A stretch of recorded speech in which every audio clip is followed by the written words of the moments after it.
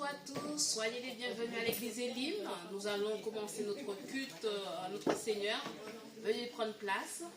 Et encore, nous sommes heureux de vous revoir ce dimanche pour célébrer et adorer notre Dieu ensemble. Nous allons lui donner la première place en priant. Couvrons la tête. Amen. Dieu de grâce, Dieu d'amour, nous t'apportons notre reconnaissance et nos louanges ce dimanche matin, Seigneur. Parce que toi seul en es digne, toi seul, Seigneur, prends soin de tes enfants, Seigneur. Merci pour notre semaine, merci pour l'église Elim, merci pour l'église partenaire, merci mon Dieu pour chaque membre de l'église Elim et nos familles, Seigneur. Nous te disons merci, Seigneur, pour tant de grâce, tant de bénédictions à notre égard, Seigneur. Tu es digne de recevoir nos louanges, notre adoration, nos remerciements ce dimanche matin. Sois élevé, sois adoré, Seigneur, pour qui tu es, au nom de ton Fils Jésus. Amen. Amen. Amen. Amen. Nous allons célébrer, chanter notre Seigneur avec notre frère Chanu. Soyez bénis. Bonjour à tous, bienvenue à l'église Elim. Nous sommes une famille, la famille en Christ.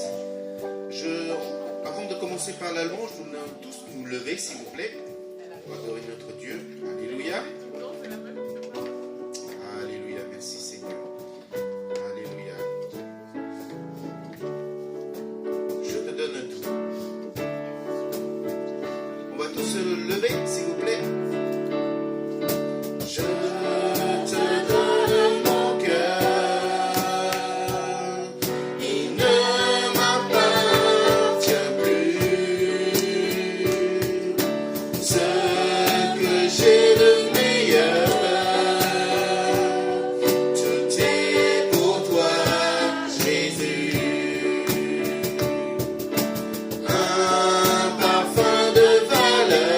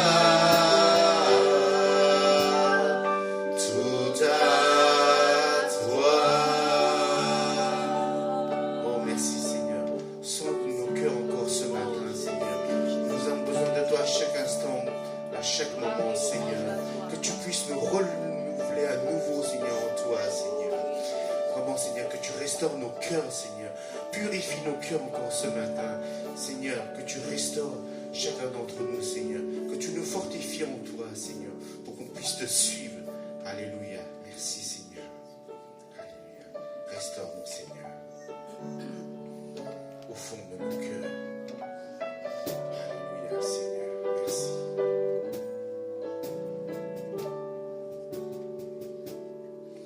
Seigneur, que tu restaures au fond de mon cœur, de nouveau ton trône de gloire. Seigneur, que tu restaures dans toute ma vie la flamme qui brille encore. On reprend.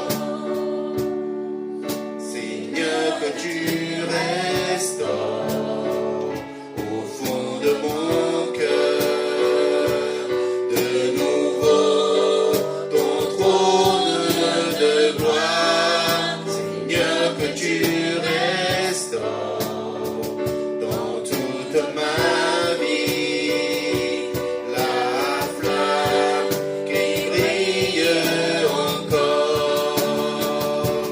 Que ton règne vienne, que ta volonté soit faite sur la terre comme au ciel, que tu accomplisses tes miracles.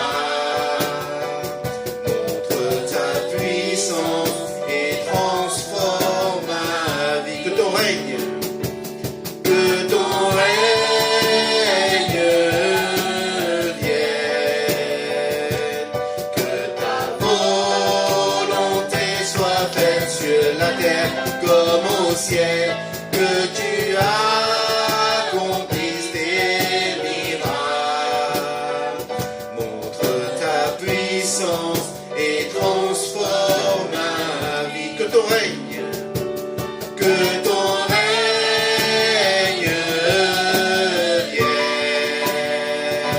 que ta volonté soit faite sur la terre comme au ciel, que tu accomplisses tes miracles.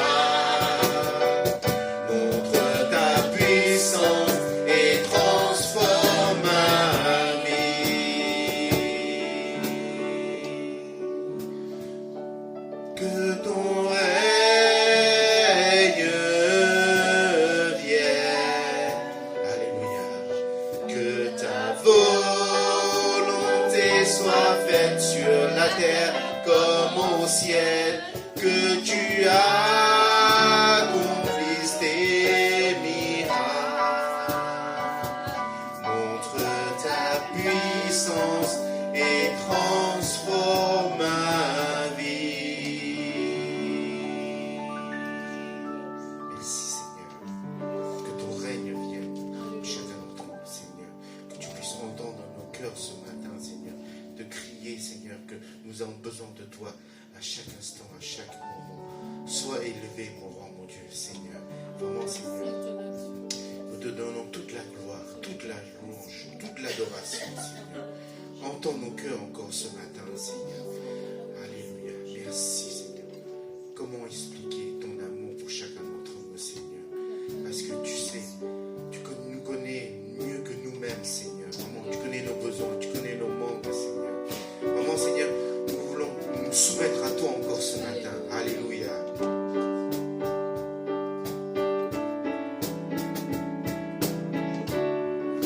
Comment expliquer et comment décrire un amour si grand, si puissant que rien ne peut le contenir.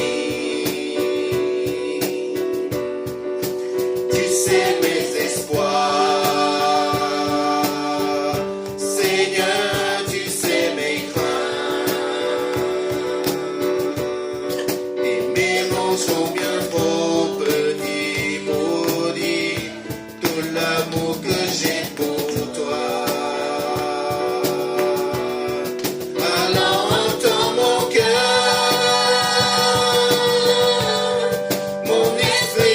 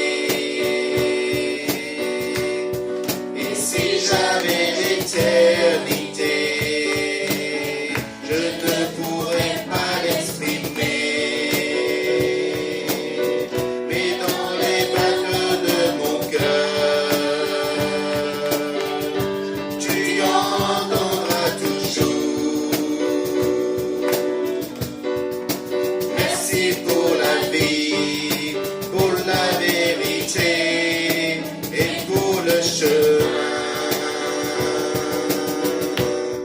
Alors entends mon cœur, mon esprit qui te loue, entends un chant d'amour d'un enfant racheté. Je promets mes faibles mots pour te dire quel Dieu merveilleux tu es. Mais je ne pourrai pas te dire combien je t'aime. Alors entends mon cœur. Tu sais nos espoirs.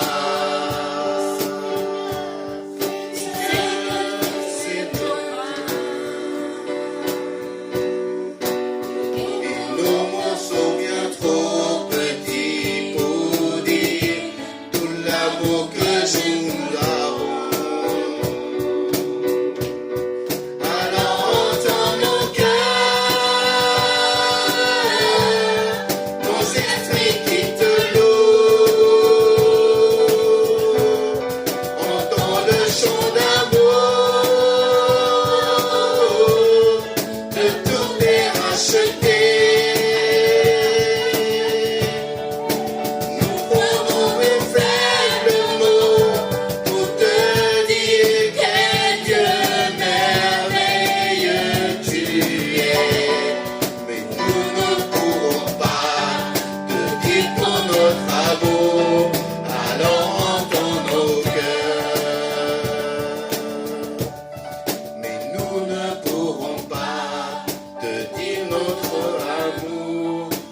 Alors entends nos cœurs. Alléluia, Seigneur, entends nos cœurs encore aujourd'hui, Seigneur. Nous soumettons à toi, Seigneur. Nous repentons devant toi, Seigneur. Vraiment, Seigneur, nous prosternons devant ta face, Seigneur. Que tu puisses nous purifier, nous laver de nos péchés, Seigneur. Alléluia, Seigneur.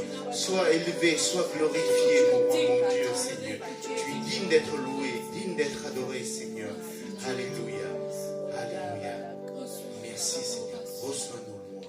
Reçois toute l'adoration, Seigneur. Alléluia. Alléluia. Merci, Seigneur.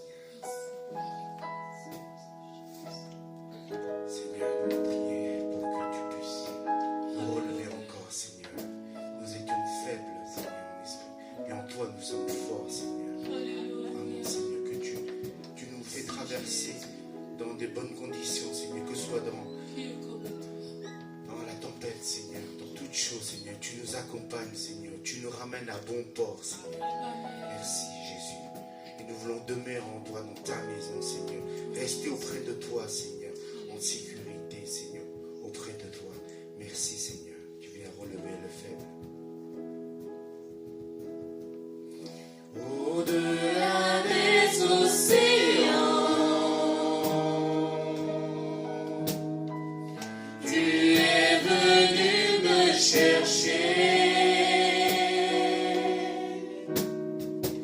Au-delà de mes tourments,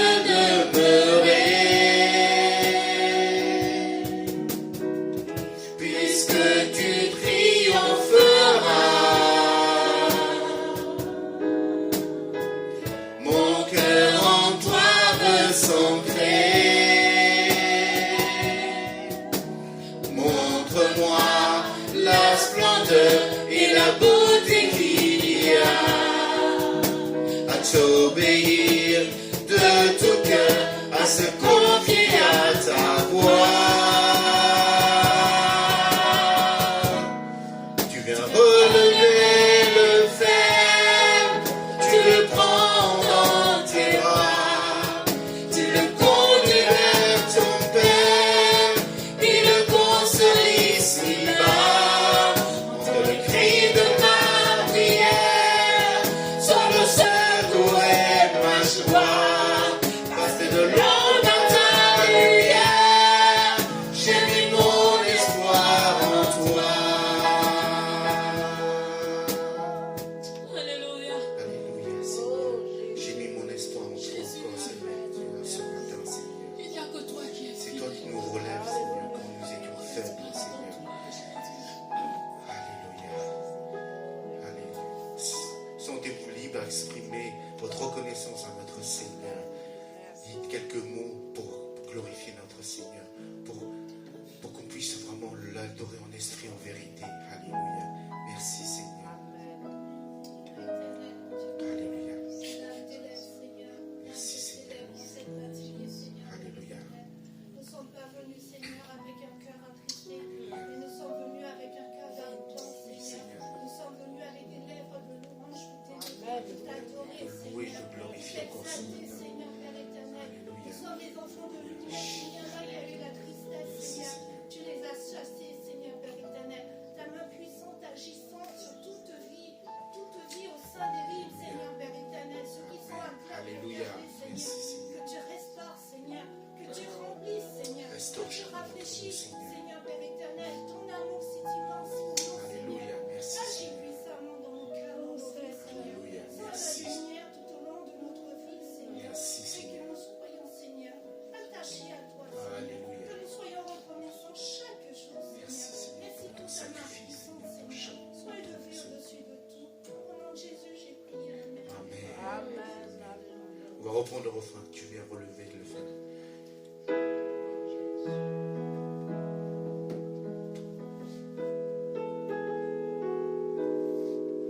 Tu viens relever le faible, tu le prends dans tes bras, tu le conduis vers ton Père, qui le console ici-bas. Entre le cri de ma prière, sois mon secours et ma joie. Passer de l'ombre à ta lumière, j'ai mis mon espoir en toi.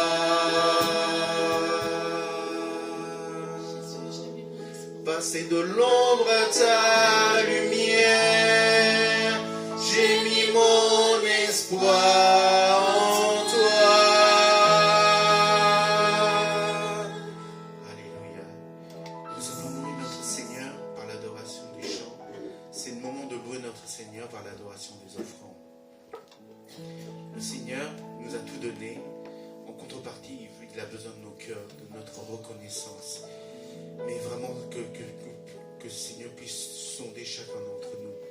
Et nous allons interpréter le premier chant. Je te donne tout. Le Seigneur nous a tout donné déjà. Amen. Je demande à la personne de l'accueil de passer dans les rangs. Si vous avez quelque chose, donnez pour le royaume de Dieu. Alléluia. On va chanter. Je te donne mon cœur. Je te donne mon cœur, il ne m'appartient plus. Ce que j'ai de meilleur, tout est pour toi, Jésus. Un parfum de valeur.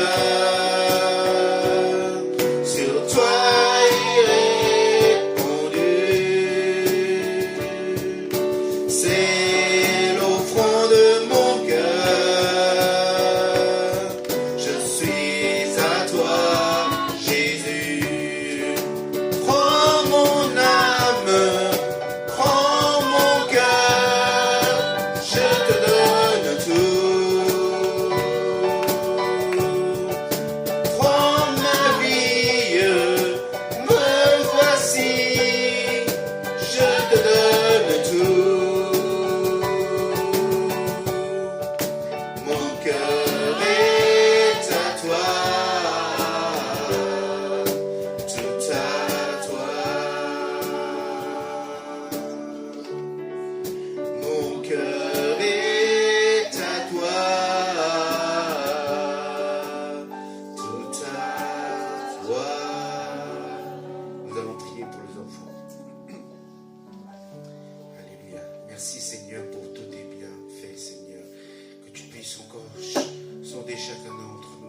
renouvelés au nouveau en toi, Seigneur. Merci pour les personnes qui ont pu donner pour ton royaume, Seigneur. Aide ceux qui n'ont pas pu donner à donner par la suite, Seigneur. C'est vraiment avec cette joie, Seigneur, que nous voulons que ton royaume puisse grandir, Seigneur. Que cette bonne nouvelle soit partagée à tous, Seigneur, pas seulement à nous, Seigneur. Merci, Seigneur, de bénir tous ces offrandes, Seigneur, qui aident à faire grandir ton royaume, Seigneur, dans le 13e. Que notre église Elim soit une lumière dans ce quartier de 13e, Seigneur. Alléluia. Merci encore, Seigneur, pour le reste que tu vas nous donner. Sois élevé, sois glorifié. Au nom de Seigneur Jésus-Christ. Amen.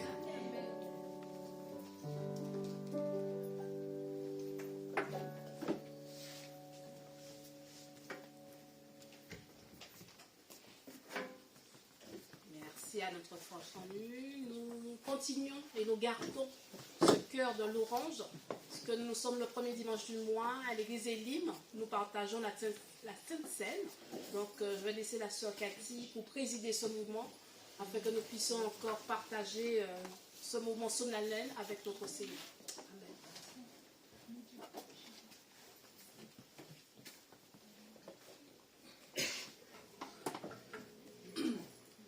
La scène, c'est un moment au centre de nos vies chrétiennes. C'est ce moment-là où nous voulons vraiment de souvenir, prendre un moment de souvenir le grand amour du Seigneur Jésus qui a versé son sang pour nous et qui a fait alliance avec son sang. Et c'est un engagement total, profond, qui touche nos cœurs. C'est pour ça que je vous invite encore de venir devant la table du Seigneur avec un cœur plein de joie, mais aussi plein de reconnaissance, de dire Seigneur Jésus, merci, tu as fait quelque chose d'extraordinaire. Verser ton sang, de me arracher de la mort, de me transporter dans le royaume du ciel, de devenir enfant de Dieu. Amen. C'est lui qui a fait par son sang. Ce matin, nous voulons encore de souvenir le couple représentant le sang de Jésus, qui est scellé avec son sang, cette alliance éternelle avec nous. Amen. Alléluia. Et le pain, c'est son corps qui est meurtrier pour nous, mais aussi la parole de Dieu qui nous nourrit tous les jours. Jésus dit que je suis le pain de vie. Chaque jour, vraiment de nourrir de la parole de Dieu. Si on ne nourrit pas de la parole de Dieu, on va être que des chrétiens faibles. Et il faut nourrir, il faut grandir, et il faut saisir l'occasion de dire Seigneur, tu veux nourrir de toi-même. Et je demande le Frère Saint-Louis à lire un passage biblique. Alors, 1er Corinthiens, chapitre 11, versets 23 jusqu'à 28. Pour moi, en effet, j'ai reçu du Seigneur ce qu'à mon tour je vous ai transmis. Le Seigneur Jésus, la nuit où il a été livré, prit du pain et après avoir rendu grâce, le rompit et dit, « Ceci est mon corps, Ceci est mon corps. qui est pour vous. Faites ceci en mémoire de moi. » De même, après le repas, il prit la coupe en disant, « Cette coupe est la nouvelle alliance en mon sang. Chaque fois que vous en boirez, faites-le en mémoire de moi. Chaque fois, en effet, que vous mangez ce pain et que vous buvez cette coupe, vous annoncez la mort du Seigneur jusqu'à ce qu'il vienne. » Chaque fois on mange et on boit, on va annoncer de dire que Maranatha, Seigneur, tu attends ta venue. C'est l'espérance vivante. Ainsi donc, quiconque mange le pain et boit la coupe du Seigneur indignement aura à répondre du corps et du sang du Seigneur. Que chacun donc s'éprouve soi-même et qu'ainsi il mange de ce pain et boit de cette coupe. Merci Seigneur, que le pain et la coupe est pour nous. Je vous invite de venir à la table du Seigneur avec un cœur rempli de joie.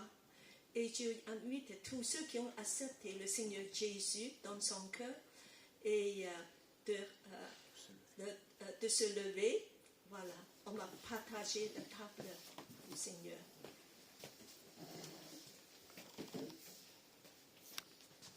nourri et d'encore engagé dans cet engagement de sang avec le Seigneur qui a donné totalement, complètement pour nous. Je te donne mon cœur. Il ne m'appartient plus. Ce que j'ai de meilleur, tout est pour toi, Jésus. Tout est pour toi, Jésus. Un parfum. Un parfum de valeur sur toi est répandu. C'est l'offrande de mon cœur. Je suis à toi, Jésus. Prends mon âme, prends mon cœur, je te donne tout. Prends ma vie, me voici, je te donne tout.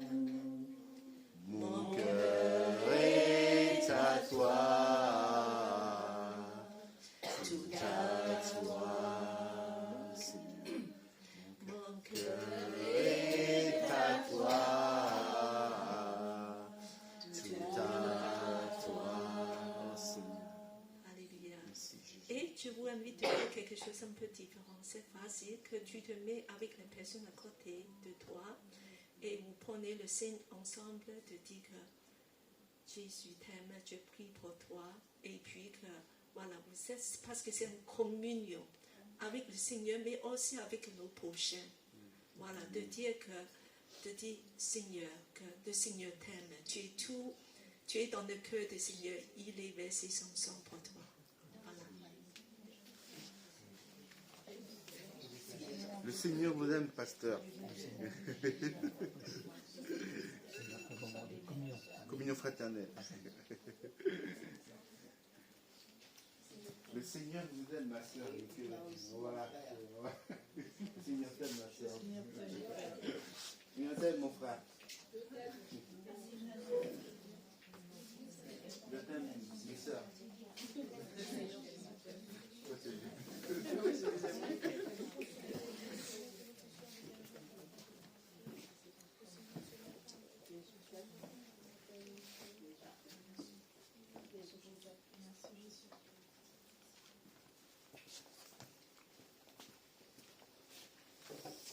Amen, alléluia. Le nom du Seigneur soit béni. Vraiment, c'est une grâce de connaître le Seigneur et de le servir. Je pense que c'est vraiment une richesse pour chacun d'entre nous. En tout cas, je vous encourage encore dans les voies du Seigneur et aussi encourager les autres personnes autour de vous à se donner au Seigneur car le temps est compté. Amen. Alléluia. Amen. Merci, vous pouvez vous asseoir. Alors, l'église Elim, c'est une église des nations dont la devise est d'aimer Dieu, d'aimer la famille de Dieu, de servir les autres. Donc, soyez encore les bienvenus, ceux qui sont distanciels et ceux qui sont présentiels. Un coucou à Sophie, c'est avec plaisir que nous la revoyons. Et ainsi que notre bien-aimée, vous nous dire votre nom, Coralie. Coralie?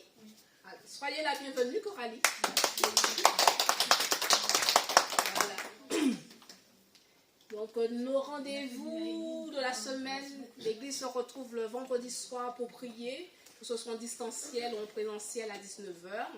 Et nous avons un rendez-vous dimanche prochain, c'est un culte spécial autour de l'évangélisation. Donc, pour pouvoir acquérir des connaissances, des techniques pour évangéliser, partager la parole du Seigneur avec nos bien-aimés, déjà dans nos familles, nos collègues et aussi nos voisins, les personnes qui nous entourent. C'est très important de pouvoir partager la parole du Seigneur avec les autres. Donc là, vous avez le flyer, le diapositif à l'écran. Donc le culte va se dérouler à 11h30 comme d'habitude. Ensuite, nous aurons un temps d'agape de 13h à 13h30 et une formation et une mise en situation. Donc on sortira aussi de 13h30 à 15h pour distribuer des prospectus et témoigner de l'amour du Seigneur dans le quartier ou pas loin du 13e en tout cas. Alors, il y a une petite vidéo aussi, et on peut la mettre. Alors, c'est une formation vraiment simple, pratique. J'encourage tout le monde de venir, de pouvoir le faire, parce que souvent, j'entends que de dire que je veux évangéliser, je veux être témoin, mais je ne sais pas comment faire. Comment te parler, et on a peur. Mais en fait, c'est très simple. On va vous montrer une vidéo. On n'est pas encore au Cambodge.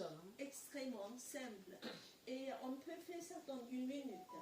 Et ça nous encourage de dire que moi, je vais témoigner pour le Seigneur. Et le Seigneur, il va aussi que par cette moyenne de faire savoir des milliers de personnes qui ne connaissent pas encore le Seigneur. Savez-vous qu'une âme, il y a une grande prix dans les cieux du Seigneur. Nous ne sommes pas ici juste être bien entre nous. Nous avons des missions à faire. Nous avons un mandat. Le Seigneur nous a donné un mandat. Et donc, nous voulons saisir cette occasion d'être équipés et formés. Voilà. Et tu trouves pas nos vidéos? Tu as je crois que c'est dans le numéro du Bon. On va continuer. Peut-être à la fin du culte, on va passer la vidéo. Donc, aujourd'hui, dimanche, c'est le dernier dimanche pour ceux qui n'ont pas encore participé à l'offrande missionnaire réservée à l'église flottante du Cambodge. Avant le départ de notre frère, nous aimerions lui donner l'enveloppe au nom de l'église Elim pour bénir aussi cette œuvre au Cambodge. Donc, la corbeille est encore présente. Voilà. En tout cas, merci et je laisse la place au pasteur Sotier pour partager la parole du Seigneur avec nous. Soyez bénis. Et il y a le Salty Choir, c'est une méga chorale pendant les Jeux olympiques. Alors donc, c'est juste, je crois qu'il y a 3 personnes qui participent dans nos églises, donc j'encourage pour tous ceux qui sont intéressés. Et le 8 mai, on a arrivé de flammes olympiques dans le stade Coubertin. Ce jour-là, alors on peut tous, pour celles qui chantent, et on peut aller parce qu'il y a beaucoup de chrétiens présents pour bénir cette occasion. On a besoin de 200 bénévoles. Alors, pour ceux qui disent que moi j'ai la force, je veux aider, alors vous aurez un tarif spécial de 5 € pour être bénévole. Voilà, réduit, voilà. Et on a besoin de 200 bénévoles. Je vais passer l'inscription dans le réseau de l'église. Pour celles qui veulent participer, vous allez inscrire vous-même. Ce jour-là, on a à peu près 3 000 à 5 000 personnes. Et beaucoup de chrétiens, et en plus de présentations de méga chorales de toutes les églises évangéliques et même d'autres églises orthodoxes catholiques, je crois qu'ici à Paris. Voilà.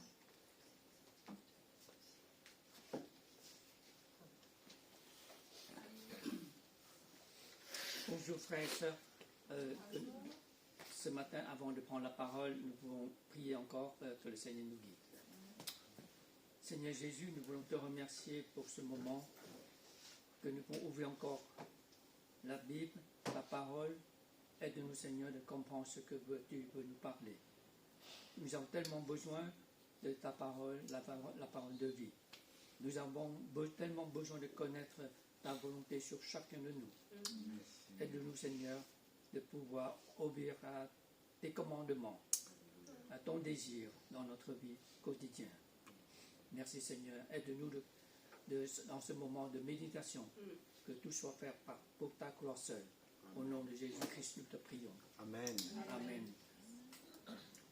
Comme tout au début de ce message sur les Béatitudes, j'ai déjà commencé les dire. Dans ce message, on pourrait diviser en 2 parties si vous voulez. Le premier partie, c'est comme une sorte de avoir. Et deuxième partie, c'est comme le verbe être. Que veut dire cela? Tout d'abord, nous devons avoir un esprit, comme le Seigneur a dit, heureux ceux qui ont un esprit pauvre, car le royaume des cieux est à eux. C'est la première partie, c'est comme ce que le Seigneur nous devons avoir, cette attitude, cet esprit. Mais la deuxième partie, c'est comme une sorte de action, de pratique, ce que nous devons être. Donc, rapidement, je vais résumer les 4 premières parties, les 4 premiers points. Heureux celui qui a un esprit pauvre. Qu'est-ce que ça veut dire un esprit pauvre? C'est un esprit d'humiliation, humble, de reconnaître quand le moment, le Saint-Esprit nous éclaircit de travailler dans notre vie. Nous devons avoir un esprit humble. Reconnaître ce que nous arrivons jamais d'être sauvés sans le salut de Jésus-Christ. C'est à ce moment-là que j'ai un esprit pauvre, humble devant le Seigneur. Accepter son salut. Ensuite, ceux qui sont les affligés, car ils seront consolés. Ça veut dire que je devrais reconnaître mes péchés, mes iniquités. C'est par le pardon de Jésus-Christ qui peut me purifier tous mes péchés. Et peut-être j'étais très triste, j'étais très difficile à ce moment-là, je pleurais pour mes péchés. Attention, nous ne pleurons pas pour ce que nous faisons de mal contre les autres, mais nous pleurons ce que nous-mêmes, nos iniquités devant le Seigneur. Et c'est à ce moment-là que nous serons consolés. Et la troisième chose, heureux les débonnaires, car ils hériteront de la terre. Cela veut dire que dans le moment, nous devons reconnaître que nous sommes coupables devant Dieu. Nous n'avons pas besoin de se défendre. Nous n'avons pas besoin de trouver des explications. Simplement, je remets toute ma vie entièrement au Seigneur, dans ses mains. C'est ce moment-là que j'aurai la bénédiction d'hériter ce que le Seigneur me donne. À la place, une place dans son royaume.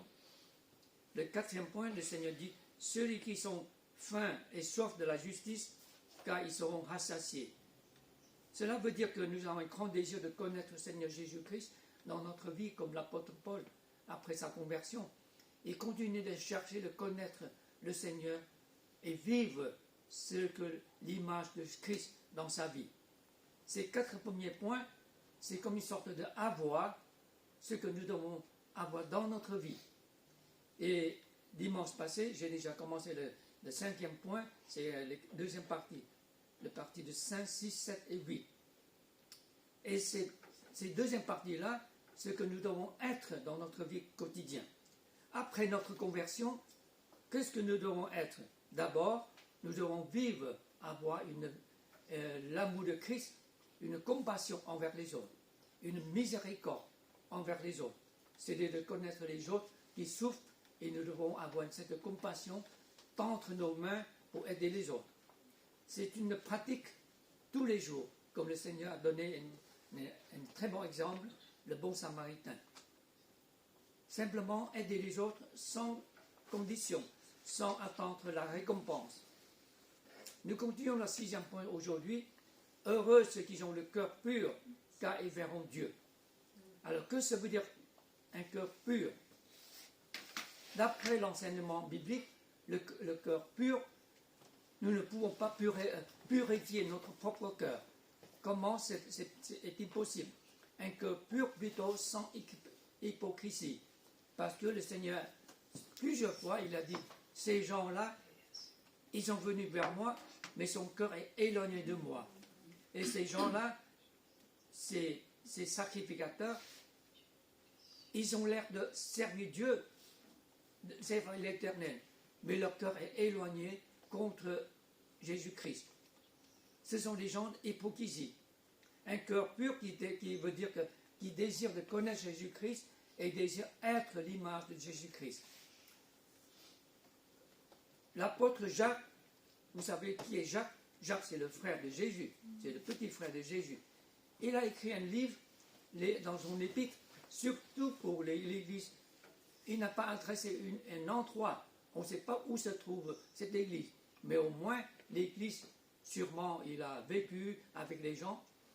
Et parmi ces gens-là, Jacques écrit des choses très strictes et très difficiles à accepter dans un sens. Par exemple, il a dit que nous avons notre langue, nos paroles. C'est le plus pénible, c'est le plus méchant, qui peut brûler toute la forêt. Et notre parole peut apporter la consolation à aider les autres, mais nos paroles peuvent tuer les autres complètement et détruire les autres. Nos paroles peuvent détruire la foi des autres. Pourquoi Jacques osait adresser des paroles dans un sens si dur, si strict, si clair, si direct? Et surtout dans le chapitre 4, verset 8, il disait ceci: approchez-vous de Dieu qui s'approchera de vous. Nettoyez vos mains, pécheurs. Alors là, c'est très dur. Nettoyez vos mains, pécheurs. Purifiez vos cœurs, l'homme irrésolu. Jacques y a adressé les chrétiens. C'est une parole très difficile à accepter, mais c'est très clair et c'est très direct. Un cœur pur, ça veut dire un cœur qui n'a pas d'hypocrisie. Un cœur qui est toujours près du Seigneur, et sûrement ils vivent toujours près du Seigneur. Dans l'Ancien Testament, surtout dans les livres de Samuel, en parlant de le prophète Samuel, le Seigneur lui dit: tu vas aller chez Isaïe. Isaïe, c'est le père de David. Ils sont 8 fils dans cette famille. Et le prophète Samuel arrivait chez Isaïe, et Isaïe présentait le premier fils. L'aîné est arrivé. L'Éternel disait: ce n'est pas celui que j'ai choisi. Ensuite, Isaïe présentait le deuxième fils, la même chose. L'Éternel disait: ce n'est pas celui-ci que j'ai choisi. Le troisième fils passait devant le prophète Samuel. L'Éternel a dit aussi: ce n'est pas celui-ci que j'ai choisi. Jusqu'à le sixième, le septième. Les 7 fils passaient devant le prophète Samuel, mais l'Éternel a toujours dit: n'a pas choisi aucun d'entre eux. Ensuite, le prophète demandait: est-ce que c'est tous tes fils sont là? Isaïe, il a dit: non, il y a encore un dernier. Il est sur le champ. Ce petit David-là, il est sur le champ, il est comme berger. Alors finalement, il faut le faire revenir à la maison. Et à ce moment-là, l'Éternel dit: c'est celui-ci que j'ai choisi. Et dans ces phrases, c'est très clair. 1 Samuel 16, verset 7. L'Éternel ne regarde pas les hommes comme l'homme les regarde, car les hommes regardent l'apparence extérieure. Mais l'Éternel regarde le cœur. C'est dans nos cœurs qui nous connaît, qui sonde nos cœurs et même notre esprit, notre pensée. L'Éternel sonde notre esprit, notre pensée, et regarde à l'intérieur de notre cœur. Je me rappelle quand j'étais un des pasteurs à l'église à Vancouver, c'est une église de 3000 membres. Ils ont 4 cultes par samedi, un culte, un samedi soir, un dimanche il y a 3 cultes. Il y a tellement de visiteurs venus dans cette église. Et un beau jour, j'ai reçu un coup de téléphone d'une famille chrétienne chinoise. Ils ont dit que nous aurons un mariage, mon fils va épouser une autre jeune fille. Et nous avons besoin de célébrer le mariage dans l'église. Et pourquoi il m'a téléphoné? Il a dit: parce que cette église, le sanctuaire est extraordinaire, est très joli. Je dis: mais pourquoi? Vous êtes dans l'église, vous devez faire le mariage, célébrer le mariage dans votre propre église et par votre propre pasteur. Alors au bout du téléphone, je dis: mais je ne sais pas, venez quand même. Et il demandait s'il peut visiter l'église, cette grande église. Il est venu, il voyait, il a entendu déjà parler de cette église. Il voyait là, c'est ici que je veux faire le mariage de mon fils. Donc, finalement, le parent et le fils, le jeune homme est venu me voir. Le premier jour qu'il m'a vu, et après, il a changé son attitude. Pourquoi? Il a dit: le pasteur est trop petit. Il n'est pas assez, je ne sais pas, gentleman, je ne sais pas. Mais ça m'est égal, mais pourquoi vous venez me voir? Je ne suis pas comme David, comme Philippe, comme Venise qui est assez grande. Mais j'ai compris que leurs cœurs ne sont pas vraiment sincères. Pourtant, ils savaient, je le disais au téléphone, vous savez combien ça coûte, ça va vous coûter, le mariage? 5 000 $. Parce que vous n'êtes pas membre de l'église. Et ça vous coûtait très cher. Pas seulement le montant, mais l'église, vous n'avez pas le droit de faire le mariage dans cette église parce que vous n'êtes pas le membre de l'église. Même si vous donnez 10 000 $, nous n'acceptons jamais votre demande. Et pourtant, maintenant, vous voyez bien, alors maintenant, vous changez votre avis. Tant mieux pour vous. Parce que vous voyez que vous cherchez quelqu'un qui est joli, gentleman, fort, plus fort que ton fils, et faire le mariage. Je dis, écoutez, franchement, je suis déçu pour votre attitude. Devant le Seigneur, vous cherchez des choses, des gens qui ont un apparent extraordinaire pour faire le mariage. Écoutez, je ne sais pas quelle sorte de chrétien vous êtes. Et l'église, cette église-là, n'accepteront jamais les gens qui ne sont pas membres de l'église pour faire le mariage. En fait, le mariage de chaque membre de l'église coûte que 1 000 $. Et on a mis le prix exprès de 5 000 à 10 000 pour vous décourager. On ne veut pas que vous venez faire le mariage chez nous parce que vous cherchez un endroit extraordinaire, que de l'apparence. Et vous cherchez un pasteur qui est gentleman, qui est fort. Alors moi, je suis le dernier là. Il ne faut pas compter sur moi. Il y a un pasteur chinois qui est plus fort que moi, plus beau que moi. Les gens, ils cherchent, c'est comme ça. Quand ils venaient à l'église, ils cherchent toujours quelqu'un qui est beau, un garçon, un prédicateur qui est formidable, qui a beaucoup de talent, qui a beaucoup de façon de s'exprimer. Franchement, moi je ne suis pas sur cette liste-là. Tout ce que je sais que le Seigneur regarde dans mon cœur. Qu'est-ce que j'ai apporté? Et parfois, vous savez, à un moment donné, j'ai hésité encore à revenir à l'église Elim. Je vais vous faire la confidence. Parce que Pasteur John a dit, il m'a demandé constamment, ça fait, je crois, plus de 10 ans. Je savais, ça commençait le deuxième endroit se trouve dans vers un peu dans un immeuble, il y a en bas, il faut prendre le tram. C'est assez loin. Mas? Oui. Non, Mas c'est tout près d'ici, et encore un plus loin. C'était Ah oui, c'était des trucs. Non. Fontaine-Mullard. Ouais. Voilà, parce qu'il faut passer sous le pont et il faut aller dans une boutique. Là. C'est un salle qui appartient à la mairie. Oui, c'est ça. Et après celle-là, vous reviendrez à Mas pendant des années. C'est ça, ouais. Et là-bas, j'ai dit, c'est pas sérieux, là. Une église tout petite comme ça, il n'y a que même pas à peine 15 personnes, 20 personnes. Mais une fois, j'étais là-bas, c'est le Nouvel An chinois. Alors là, il y a le hot pot, il y a le fondu chinois, il y a plein de monde. Oui. C'est toujours comme ça à l'église, quand vous faites le repas, il y a plein de monde. Si vous offrez pas le repas, il n'y a personne qui vient. Parce que les gens, ils viennent pour le plaisir, pour regarder les fêtes. Mais nous cherchons quoi? Nous cherchons un cœur pur et simple. Et à un moment donné, j'étais un peu déçu, un peu découragé. J'ai dit, Pasteur John, franchement, si vous pouvez trouver quelqu'un mieux que moi. Mais je ne sais pas pourquoi il n'a pas cherché. Il n'a pas cherché. Et après, j'ai compris une chose. Il ne faut pas compter l'église qui est super jolie, beaucoup de gens, beaucoup de moyens, mais l'église qu'ils ont besoin que je peux offrir le service, que je peux offrir, que je peux servir le Seigneur. Et je remercie le Seigneur pour chaque mois. Je peux dire que c'est un petit travail, mais pour moi c'est un plaisir, c'est une bénédiction. Parce que tant que je préparais le sermon, je dois commencer à lire et relire plusieurs fois les passages bibliques. Et par ces années, j'ai pu perfectionner mon français. Parce que sinon, j'ai perdu mon français. Parfois, j'ai prêché en anglais mieux que en français.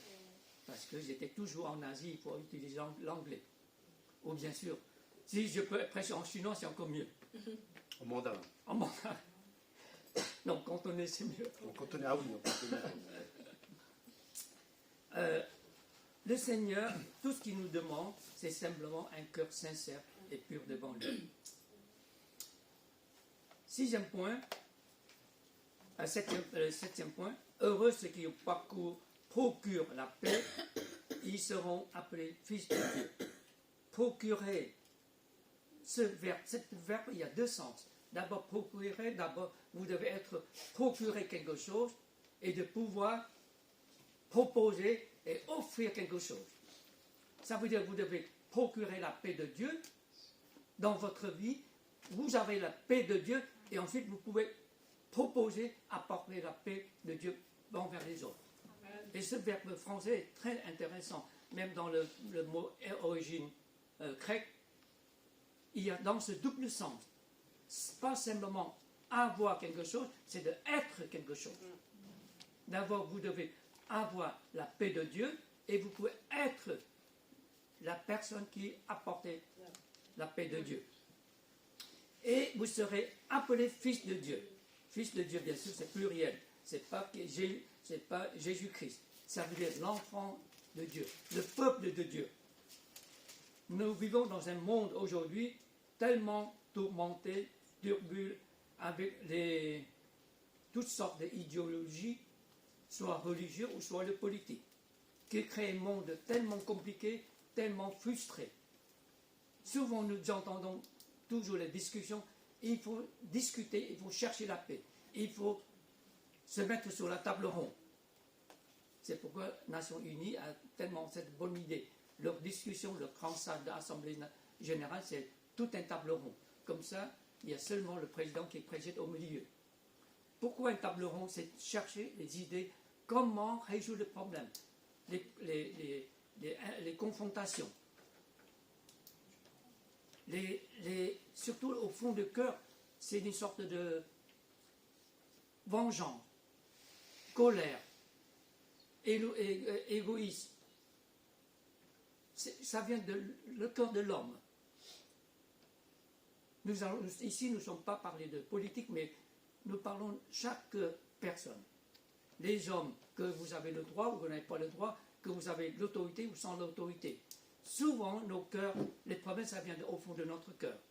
Si nous n'avons pas un cœur pur, automatiquement, nous ne pouvons pas procurer la paix de Dieu. Et si nous vivons dans une vie qui ne plaît pas à Dieu, nous ne pouvons pas avoir la paix de Dieu. Et comment nous pouvons être l'enfant de Dieu, le peuple de Dieu? La question est aussi simple. Simplement, avoir la paix de Dieu, c'est de vivre en lui. Le Seigneur a dit que je vous laisse la paix. Remerciez le Seigneur, louez le Seigneur. Il a dit je vous laisse la paix. Il n'a pas commencé pour dire que je vous donne la paix. Je vous laisse la paix. Pourquoi?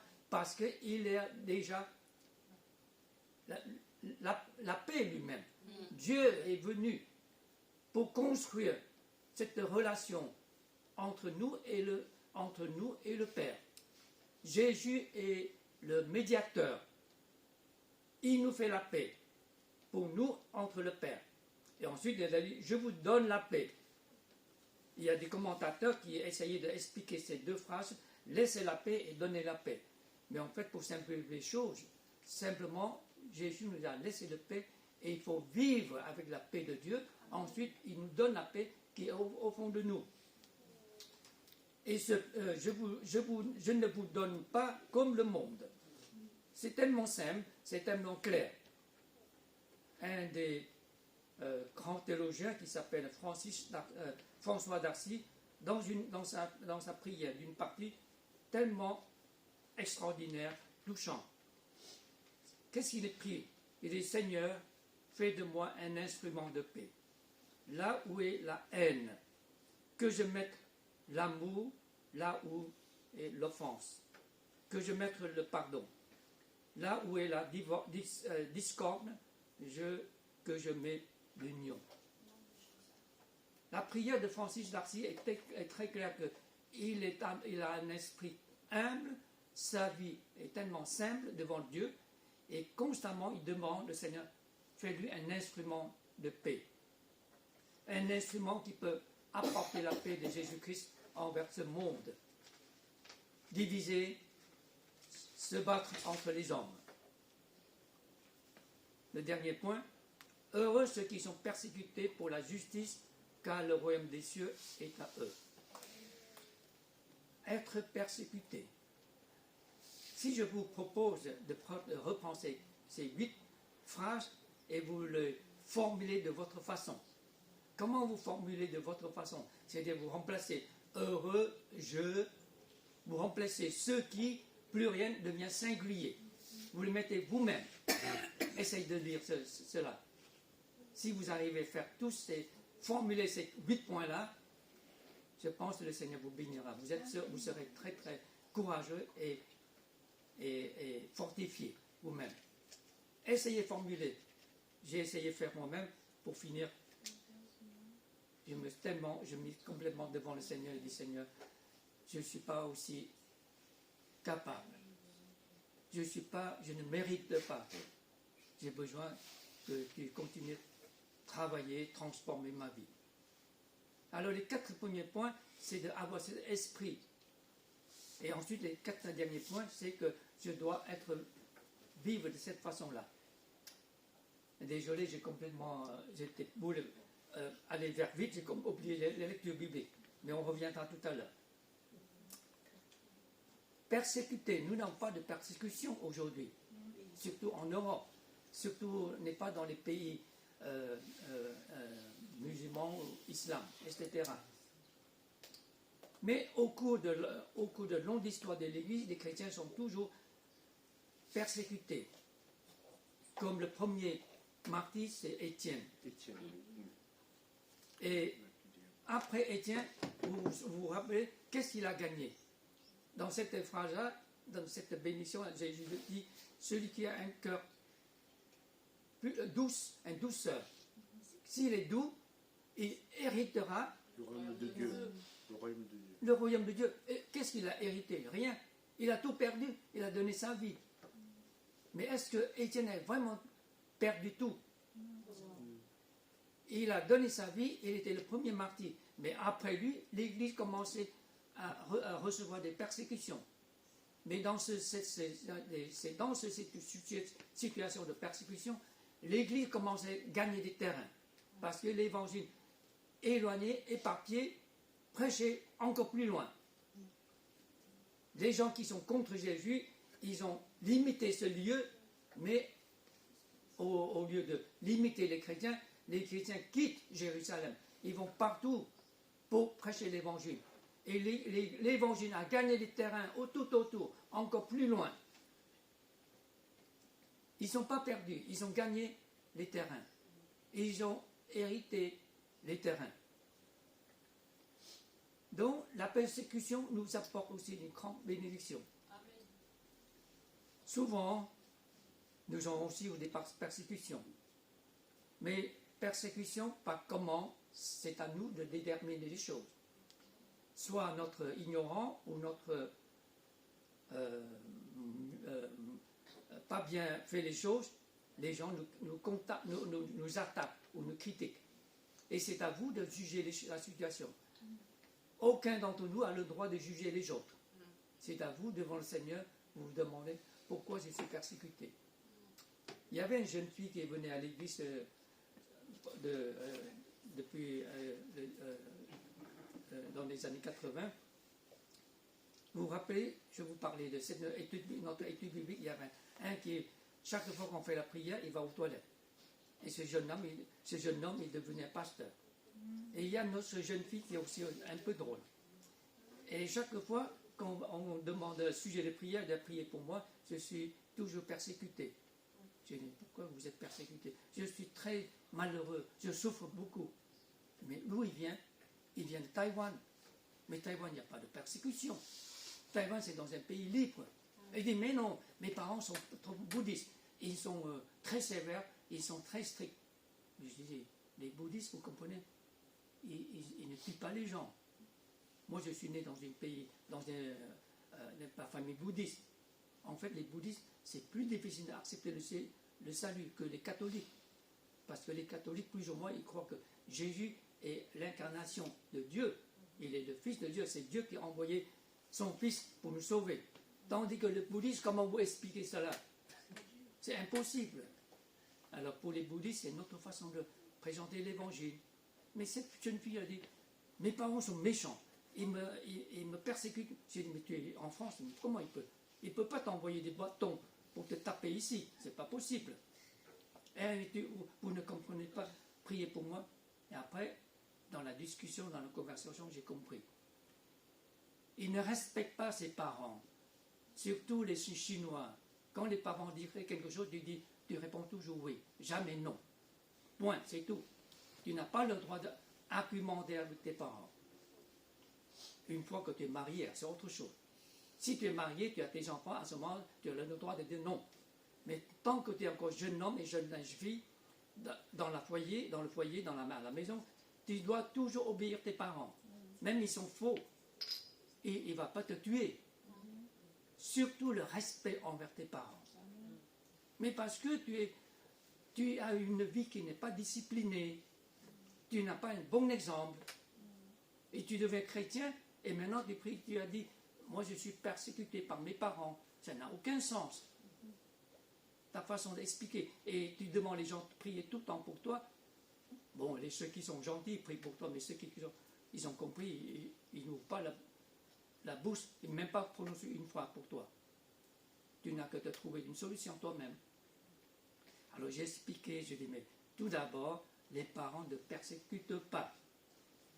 Parce que tu as créé des problèmes toi-même. Parce que ton attitude envers tes parents, c'est pourquoi ils ne peuvent pas comprendre pourquoi tu es devenu chrétien. Pourquoi tu es devenu le membre de l'église. Pourquoi tu dois donner des cotisations. Mais l'église ne te demande jamais de cotisations. Mais les parents ne comprennent pas. Ils croyaient qu'une fois que tu es devenu membre d'une église, ou tu vas dans le temple de bouddhiste, tu dois donner des cotisations. Et les bouddhistes en donnent aussi, très régulièrement. Mais heureusement, les bouddhistes, ils n'ont pas comme la Bible. Nous, le Seigneur nous demande plus que les bouddhistes, 10%. Vous comprenez ça? Dans l'Ancien Testament. Les bouddhistes, ils ne te demandent pas 10%, ils te demandent 100%. Tu donnes tout. Mais tu donnes, soit tu donnes pas, mais quand tu donnes tout. Ça n'a aucun sens. C'est pourquoi ils ont contre beaucoup de choses. Mais il faut comprendre que les bouddhistes, ils ne tuent pas les gens. On ne peut pas tuer les gens. Tout le monde a le droit de vivre. Mais c'est le seul problème. Nous sommes des êtres, pas des êtres humains. Nous espérons de pouvoir réincarner. Si vous n'êtes pas bon, si vous n'êtes pas fidèle, si vous n'êtes pas un bon croyant, dans l'avenir, vous deviendrez un animal. C'est ça le problème. C'est ça la philosophie. Tandis que nous avons l'espoir. Nous sommes toujours deux pieds, mais pas quatre pattes. Si vous n'êtes pas gentil, si vous n'êtes pas un croyant pieux, votre avenir, vous serez les quatre pattes. Devient un animal. Et cette jeune fille, elle n'a pas compris, elle a toujours un mauvais témoignage envers ses parents. C'est pourquoi elle souffre. Et cette souffrance, cette persécution, c'est qu'elle a créée elle-même. Ça ne vient pas de Dieu. Ce n'est pas pour l'évangile.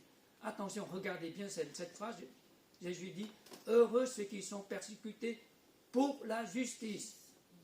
Ce n'est pas par la justice. Le mot, cette conjonction est très importante. Pour et par est très différent. Même en chinois, même toutes les langues, surtout on mettait ça, précisé, nous sommes persécutés à cause de Jésus-Christ, pour la justice. Pour terminer, j'aimerais partager avec vous un témoignage, puisque nous avons il faut que je dois me discipliner aussi.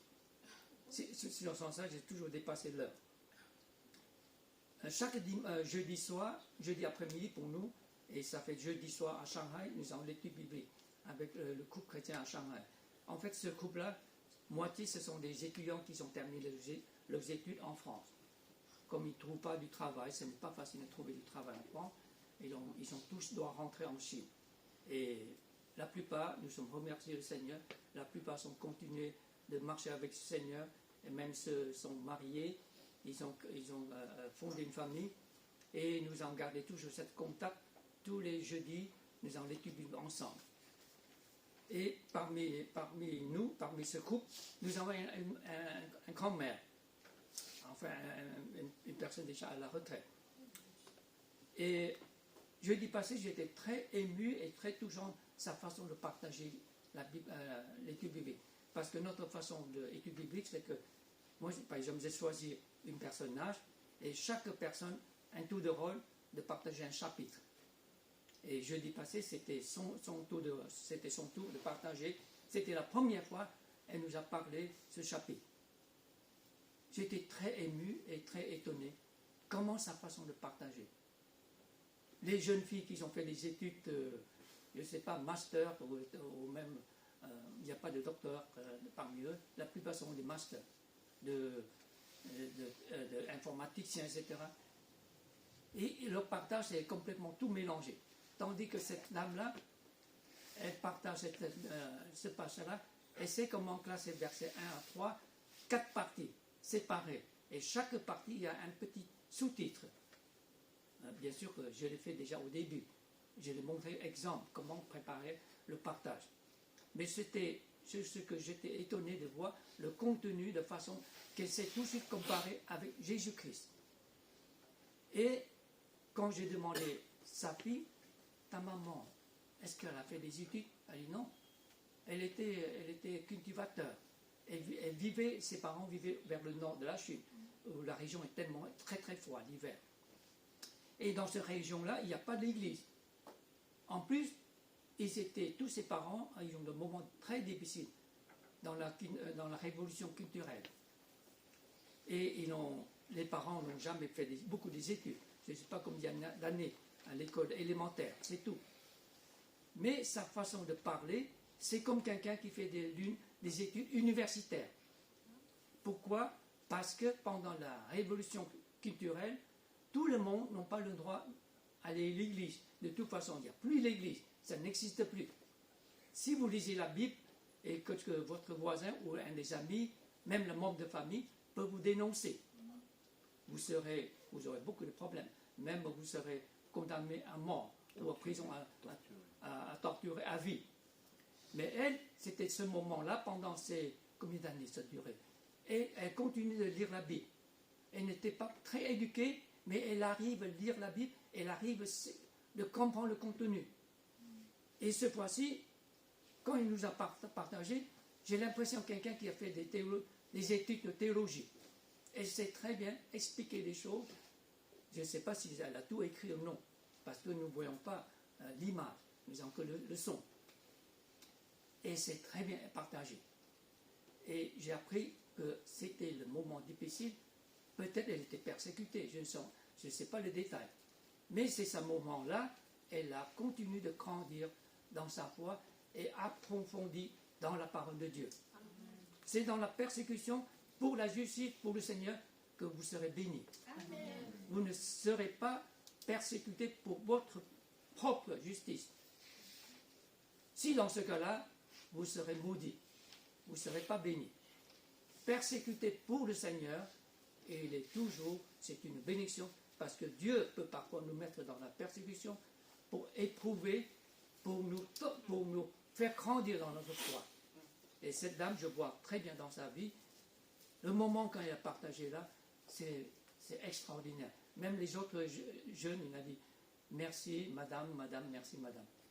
Et j'ai dit la prochaine fois, tu ne peux pas dire non, hein, parce que j'ai déjà demandé plusieurs fois. Elle est tellement, comment dirais-je, discret. Elle dit non, je ne suis pas éduquée, je ne sais pas comment parler. Modeste, elle refusait toujours. J'ai dit cette fois-ci, tu ne peux plus refuser. Alors tout de suite, nous avons commencé déjà la liste. Il y avait une jeune fille qui a fait la liste déjà pour le prochain étude biblique. C'est comme ça que nous pouvons partager la parole de Dieu dans le moment, dans le silence, dans la solitude. Dieu nous donnera quelque chose d'extraordinaire. Une grande bénédiction. Que Dieu nous garde et essayez de formuler ces 8 phrases. Et le mot français, c'est heureux. En fait, c'est une bénédiction si vous arrivez à formuler votre propre phrase et de lire et relire. Et mettez en pratique. Le Seigneur nous aidera. Est-ce que nous pouvons relire? J'ai choisi exprès les psaumes qui parlaient aussi de cette bénédiction. Alors j'ai choisi psaume, non pas celui-là. Voilà. Est-ce qu'il y a des volontaires?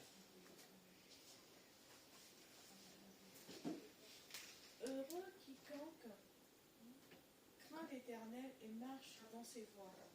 Tu jouis alors du travail de tes mains, tu es heureux, tu prospères. Ta femme est comme une vigne féconde dans l'intérieur de ta maison. Tes fils sont comme des plants d'olivier autour de la table. C'est ainsi qu'est béni l'homme qui craint l'Éternel. L'Éternel te bénira de Sion, et tu contempleras le bonheur de Jérusalem tous les jours de ta vie. Tu verras les fils de tes fils, que la paix soit sur Israël. Il y a un autre passage aussi. Non, je sais pas, je suis là. Il n'y a que ça et ça. Il y a que ça. Je crois que c'est l'autre. Ça aussi, hein. Pasteur. Non, ça c'était au début. C'est au début. Bon, sinon, c'est pas grave. Bon, tant pis, c'est pas grave. Alors, je vous encourage de formuler ces 8 points en utilisant le mot je singulier. Par exemple, heureux si, en français pour être clair, la phrase, heureux si j'ai un esprit, un pauvre esprit, car le royaume des cieux m'appartient. Et vous vous rappelez, quand j'ai commencé au début, j'ai dit la différence entre le royaume des cieux et le royaume de Dieu. Et j'ai beaucoup cherché un peu, et en fait, ce mot, parfois, dans l'étude biblique, les gens posaient toujours la question, pourquoi la différence entre le royaume de Dieu et le royaume des cieux? Le mot en royaume de Dieu, c'est que le règne de Dieu universel. Depuis l'Ancien Testament, c'est toujours le mot royaume de Dieu. Il n'y a pas de royaume des cieux. Mais pourquoi seulement dans l'évangile de Matthieu, l'écrivain Matthieu a utilisé uniquement ici dans ce passage, chapitre 5, royaume des cieux. Ensuite, Marc et Luc, ils continuent le royaume de Dieu. La plupart des grands commentateurs sont d'accord que, tout d'abord, l'écrivain Matthieu, il ne veut pas offenser les Juifs, parce que les Juifs, on n'a pas le droit de dire toujours royaume de Dieu. Il n'y a que des sacrificateurs, des prophètes. Dans l'Ancien Testament, ils ont le droit de prononcer royaume de Dieu, le mot Dieu. Et peut-être dans ce sens-là, il utilisait le mot royaume des cieux. Uniquement dans l'évangile de Matthieu, ce chapitre 5. Mais quelles que soient les choses, le Seigneur nous a dit quelque chose, c'est très clair. Le royaume de Dieu est à vous, en vous. Régnez dans vous, comme nous avons chanté tout à l'heure. Que son royaume règne. Dans la prière de sacerdotale, également, le royaume de Dieu règne aux cieux ou comme sur la terre. Et que veut dire cela? Que ce soit royaume de Dieu ou royaume des cieux, l'important c'est que Dieu règne dans notre vie. Amen. Nous n'allons pas arrêter sur ces deux mots-là, chercher des discussions argumentées entre les étudiants de théologie. Moi, je déteste les étudiants de théologie, première année, deuxième année, même au Vietnam. Il y a un jour un jeune homme qui m'a... Vous pouvez m'accorder quelques minutes? Il commençait la discussion avec ces deux mots-là. Ensuite, il a commencé plein de termes de théologie pour discuter. J'ai dit, franchement, est-ce que ça sert quelque chose? Est-ce que ça vous apporte quelque chose? Vous avez écouté trop des théologiens. En fait, théologie, c'est quoi?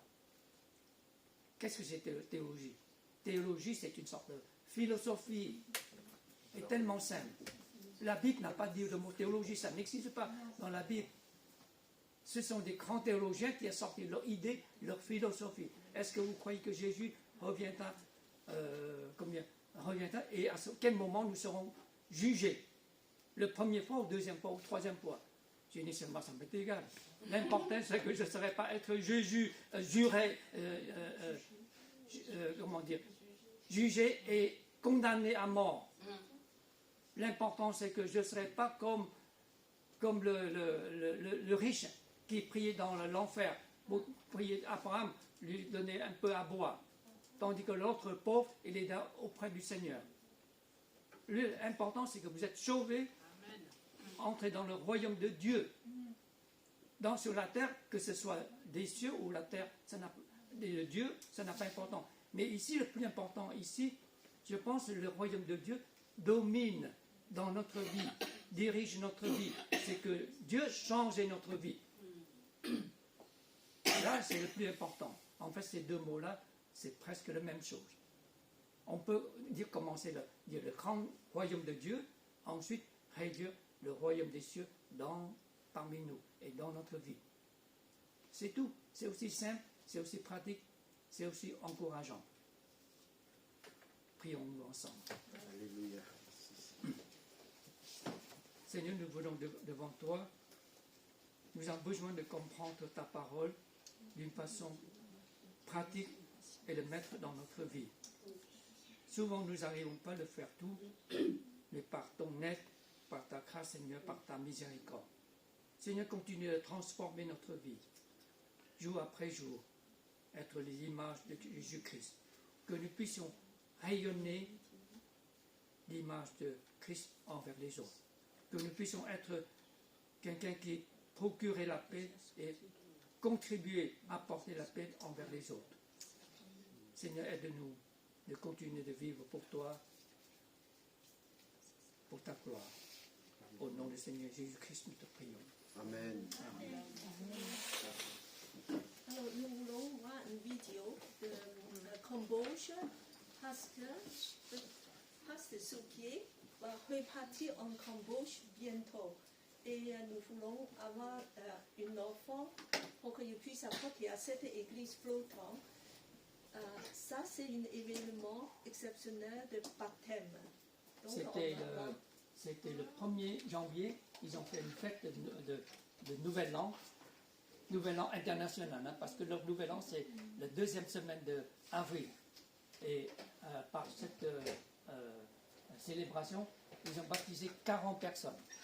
Parce que l'église en tout a à peu près 80 adultes et cinquantaine d'enfants. Et c'est la première fois que 40 personnes se font baptiser.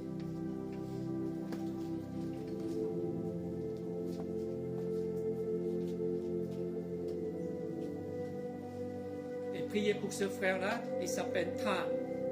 C'est le jeune évangéliste, pasteur ou peu importe, mais il est chauffeur de taxi aussi.